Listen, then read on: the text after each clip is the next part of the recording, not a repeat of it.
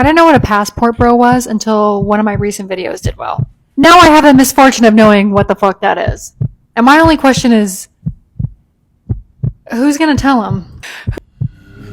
Right here, right now. It's the right time, it's the right time. Right now.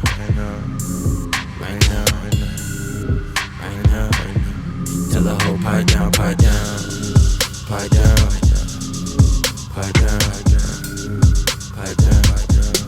that nigga pipe down.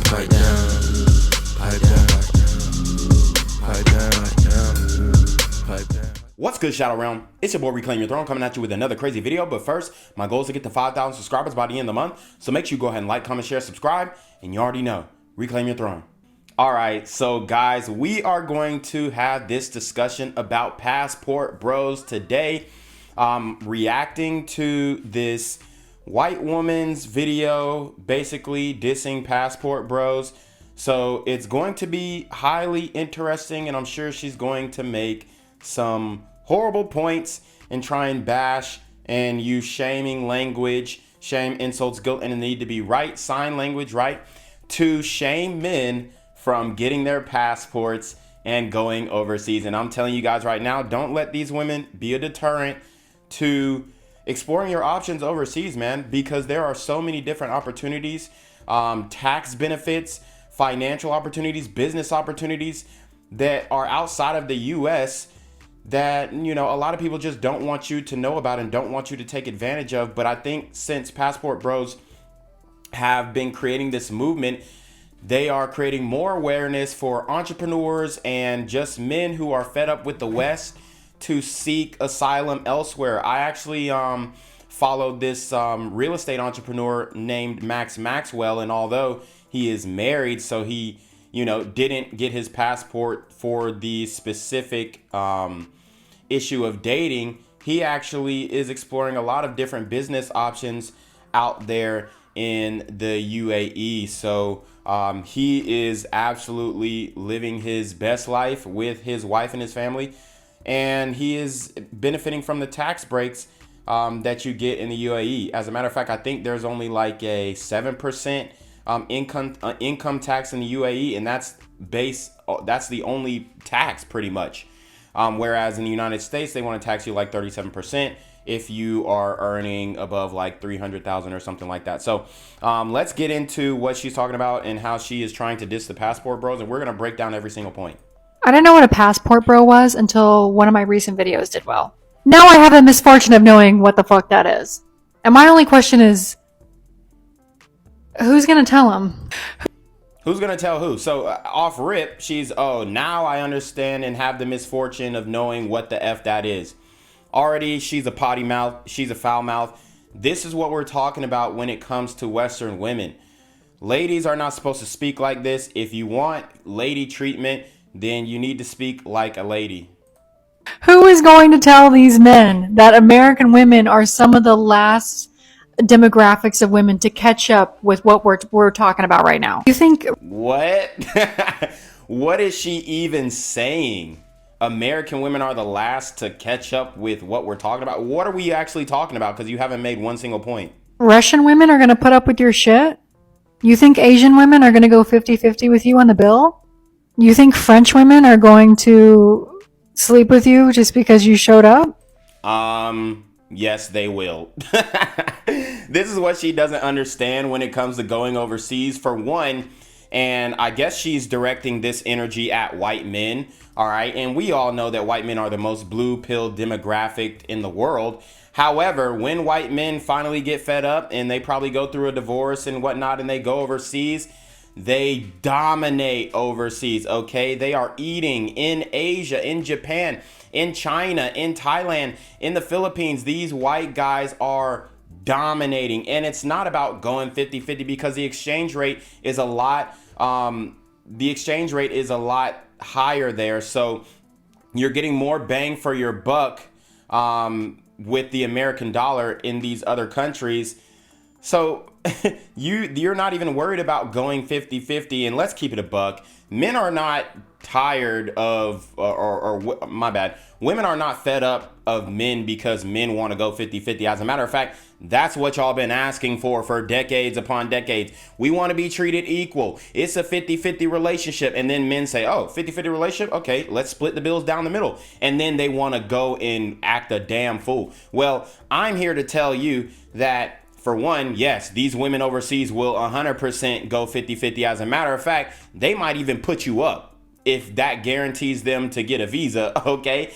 They might even put your behind up. So I don't want to hear all that. And for two, when you do go overseas and you start dating, the women are a lot more feminine. So men are willing to do a lot more for a feminine woman than he is for a combative, non-agreeable woman. Oh, who's going to tell them? The reason why you can't find a traditional woman in America anymore is because there's no such thing as a traditional home or family structure because of the way our economy is fucking us all over right now. So blame it on the economy. And yeah, we can base some of these things, these economic factors that play into dating. We can say that, but we know that's not the real issue. The real issue is, why is a man going to support a Western woman when she has been rode hard and put up wet? That's the reality. Men want a return on investment, and men are not interested in wifing Tatianas. Now, are they fun to sleep with? Yes, absolutely, 100%. And, it is what it is. But nowadays, like I said, modern women have the digital footprint of an adult film actress. So when women are going 100% into OF, straight out of high school, they're getting recruited and getting max contracts from OF like they go into the league.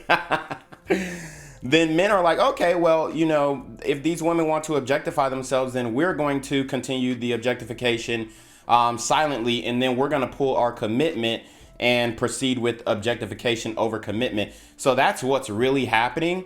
Women have become less feminine. They become more promiscuous.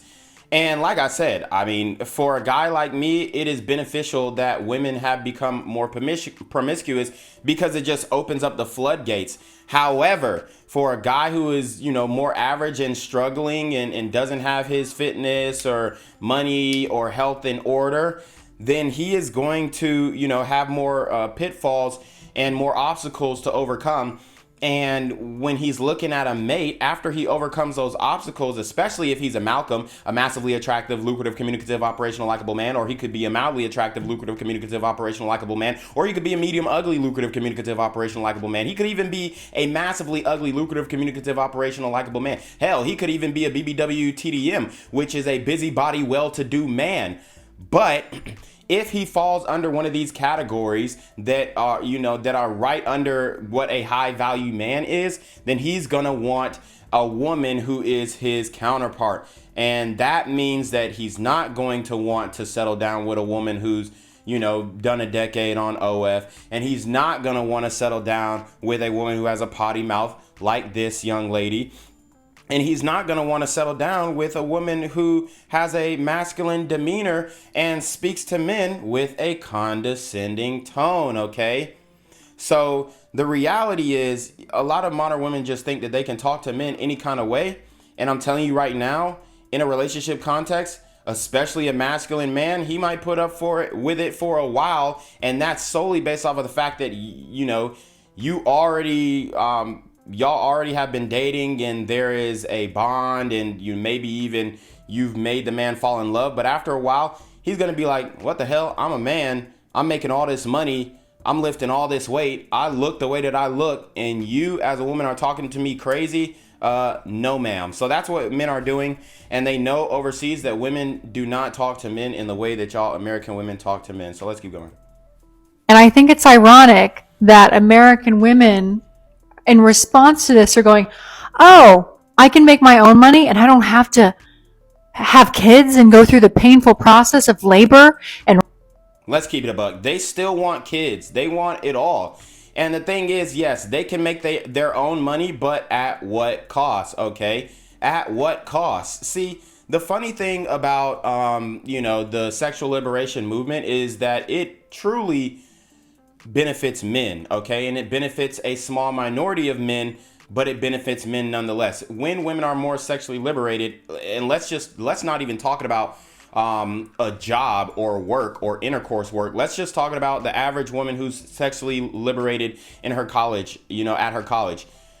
Now, who's benefiting? Well, I mean, the guys with NIL deals are benefiting, okay? The big dogs on campus, the basketball players, the football players.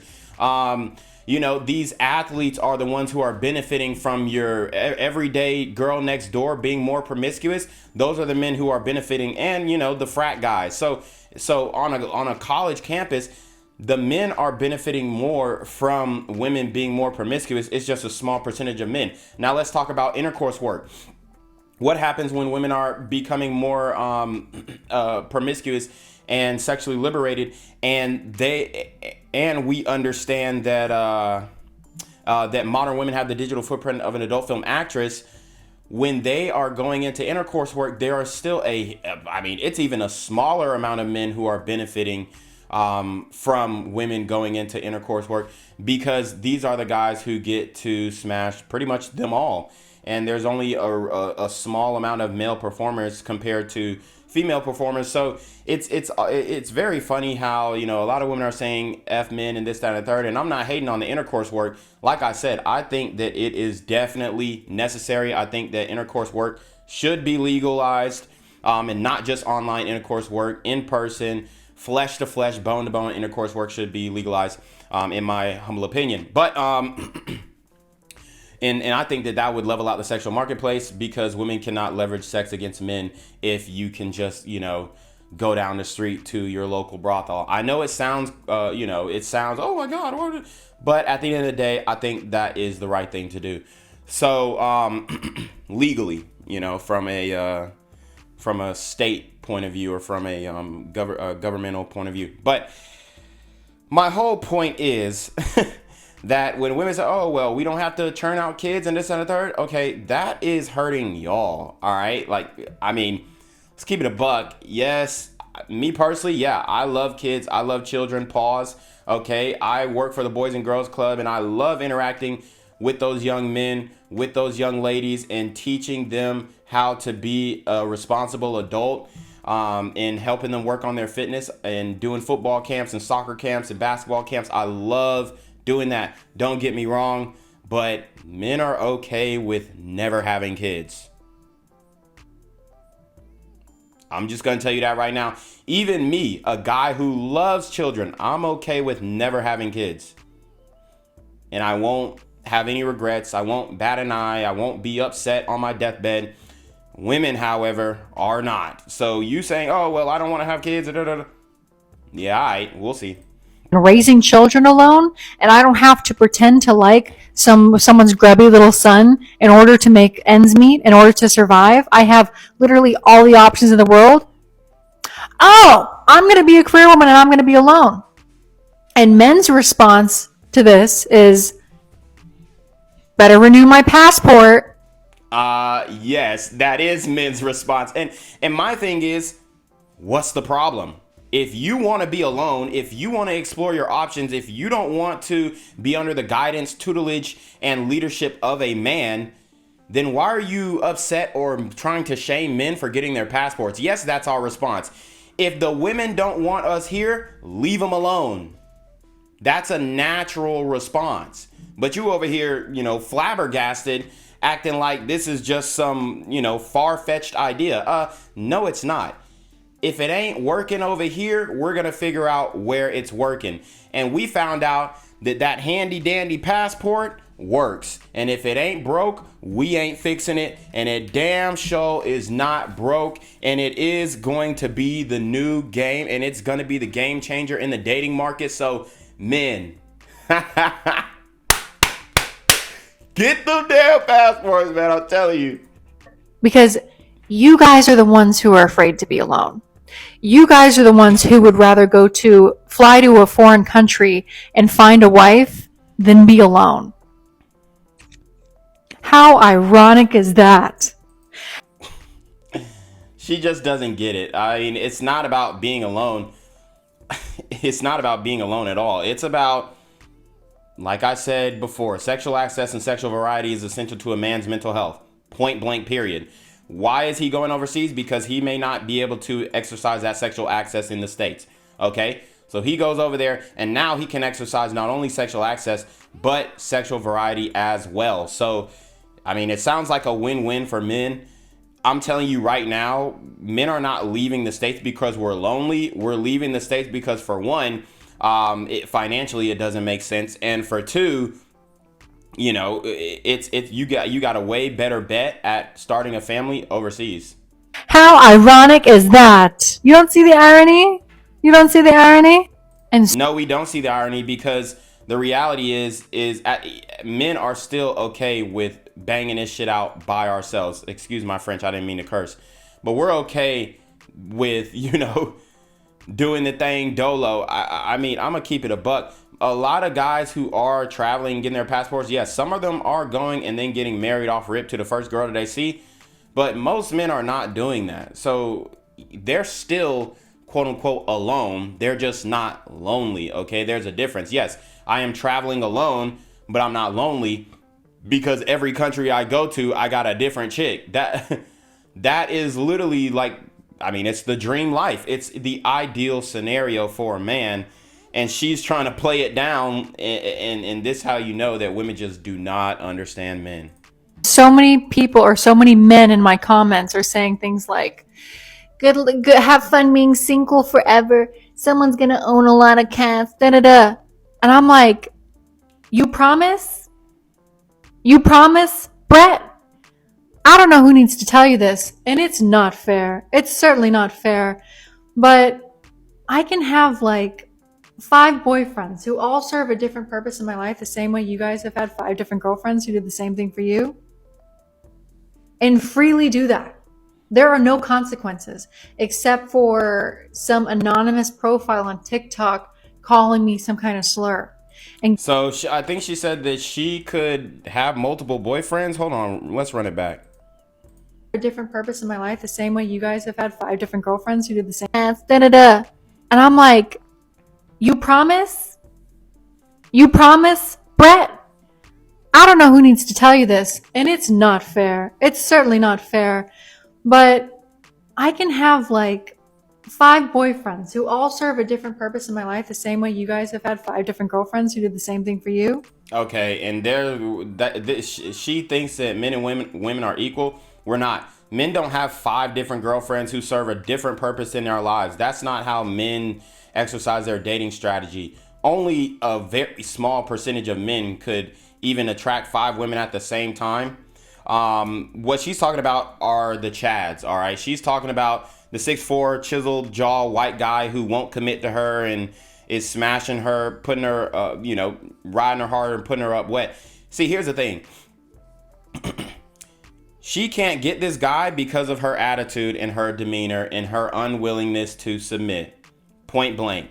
It's either that or the guy is telling her up front, I don't want no strings attached, whatever. And then she's still pursuing that relationship. So she's a little bitter.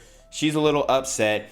And that's the thing, you know, that's the bed that you laid in. So now she's saying, if you can do it, I can do it. Okay, anything you can do, I can do better. I mean, these women are like little sisters, bro. Oh my God, mommy, how is he able to do this and I can't do it? Well, let me start doing it. And now it ruins your whole life. I'm gonna tell you right now, if you balance 5 guys at the same time, for one, you're gonna fall in love with one of them. And you're going to be withholding intercourse from one of those guys as well.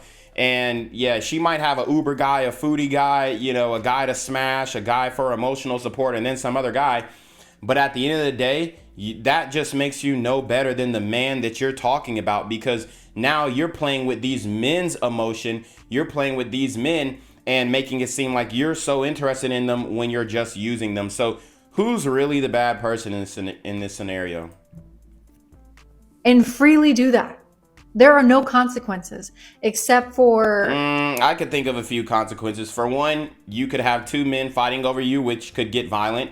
For 2, another consequence is that, if you decide to smash both of these guys, you could potentially contract something at the same time, because we know y'all ain't getting tested. For 3, another issue that could arise is that you, like I said earlier, fall in love with one of these guys, and he's not giving you commitment, so you take out your anger on the other men, and now you're hurting 4 men when you meant to get back at one guy. And that's how modern women are doing nowadays. We all know that the flake rate is at a 90%. We also know that 33% of women use men for foodie dates. All right. So all these things being understood in the dating market, men have just withdrawn, and I don't blame them. And I don't see why it's her issue if men are going overseas and traveling. I really don't get it. Some anonymous profile on TikTok calling me some kind of slur. And guess what, guys? I think I'm ready to face those repercussions. I think I can get over that. I think it's going to be okay. So, send me a postcard from France.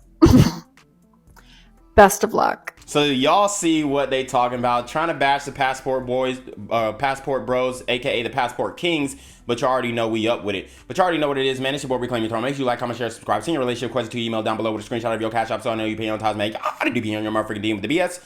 You already know. Reclaim Your Throne. Want to become an elite level athlete? Well, look no further. The Reclaim Your Throne Elite D1 training course is all you need to take your performance from subpar to the creme de la creme of athletes all around the world. The purpose of this course is to give you a comprehensive weight training, speed, flexibility, recovery, and endurance program that is meant to prepare young athletes for collegiate and professional sports. This course is packed with over 2 hours of creative, action-packed lifts narrated and coached by yours truly to assure increased strength, speed, flexibility, recovery, and endurance. Hey, I get it. Training alone can be tough and can even make you feel misguided or somewhat unmotivated. But with this course, I walk you step by step through each and every lift to make sure you're using the proper form to prevent injuries and that you're hitting the correct muscle groups to render maximum results. So what are you waiting for? It's now or never. So go ahead and get the training course today so you too can reclaim your throne.